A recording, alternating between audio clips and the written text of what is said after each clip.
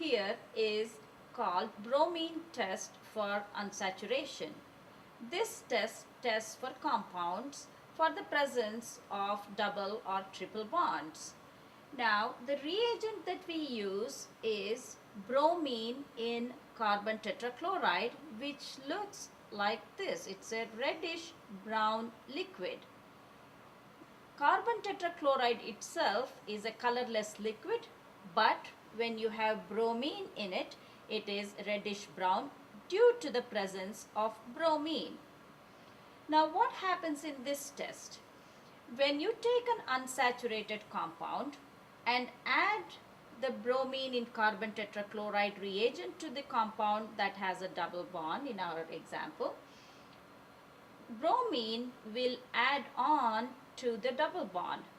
In other words, bromine gets consumed. So if bromine is used up, what do you think happens to this reagent which has bromine dissolved in carbon tetrachloride?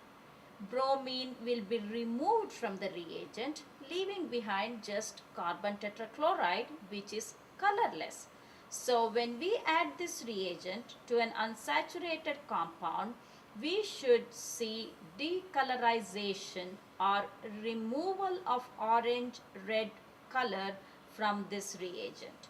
So first we want to take half a milliliter of THF in a test tube.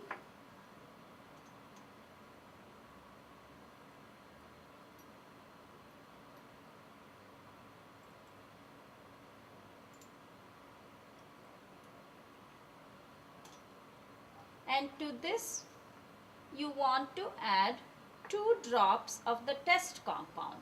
I am going to test cyclohexene and see what the result would be.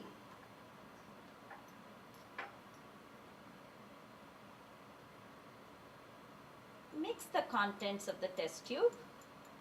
To this I am going to add bromine in carbon tetrachloride. Slowly, drop-wise. What does that mean? You are going to add 1 drop at a time, mix it well and see what happens.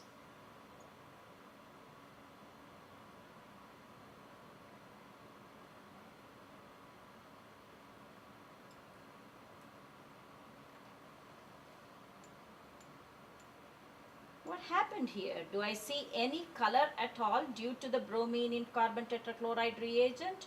No. The test solution here is colorless, whereas bromine in carbon tetrachloride test reagent is reddish brown. So what happened here? Bromine in this reagent got used up by cyclohexene. That was the test compound that I added, indicating there is unsaturation in the test compound. If I continue to add more bromine, eventually it may retain the color. Why does that happen?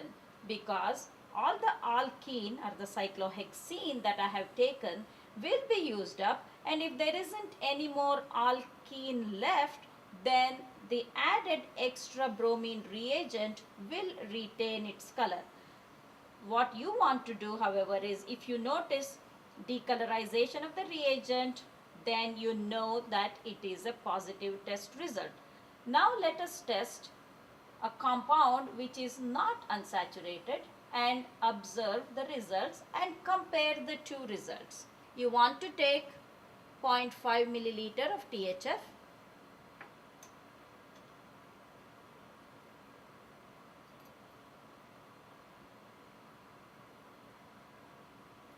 And to this you want to add 2 drops of the test compound.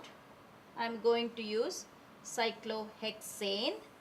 As the name indicates, this is not an unsaturated compound.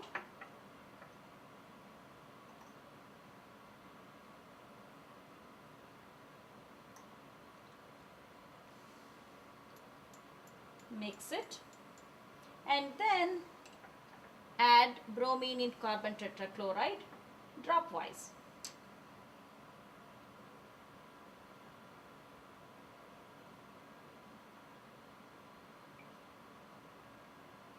what happened here?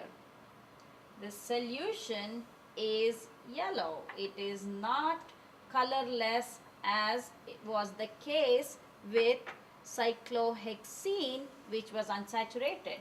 That means the drop or two of bromine in carbon tetrachloride that I added retained its color, whereas in the case of cyclohexene, you notice that the bromine reagent was decolorized. So decolorization of bromine reagent indicates that the test compound you used is unsaturated versus the retention of the color of the bromine reagent indicates that the test compound is not an unsaturated compound. So positive test result, negative test result. This is how bromine test for unsaturation is done.